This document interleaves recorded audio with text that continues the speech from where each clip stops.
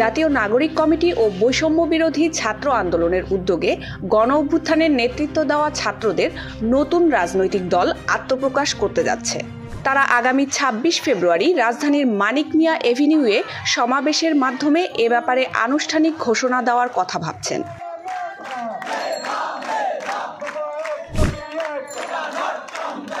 গতকাল বুধবার রাতে রাজধানীর বাংলা মোটরে জাতীয় নাগরিক কমিটির কার্যালয়ে সমাবেশ প্রস্তুতি কমিটি গঠন করা হয়। কমিটির প্রথম বৈঠকে অংশ নেওয়া ৪ জন দ্য ডেইলি স্টারকে এই তথ্য নিশ্চিত করেছেন।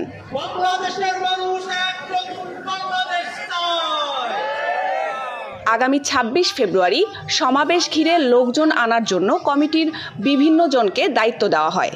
সেই সঙ্গে সাংস্কৃতিক, চিকিৎসা ও গণমাধ্যম বিষয়ক ৩টি উপকমিটিও গঠন করা হয়।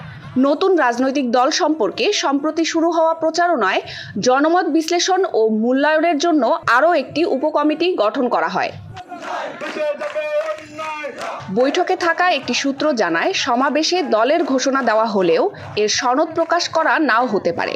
নতুন দলের আহ্বায়ক ঠিক করা হলেও দলের সদস্য সচিব পদ নিয়ে মতবিরোধ রয়েছে।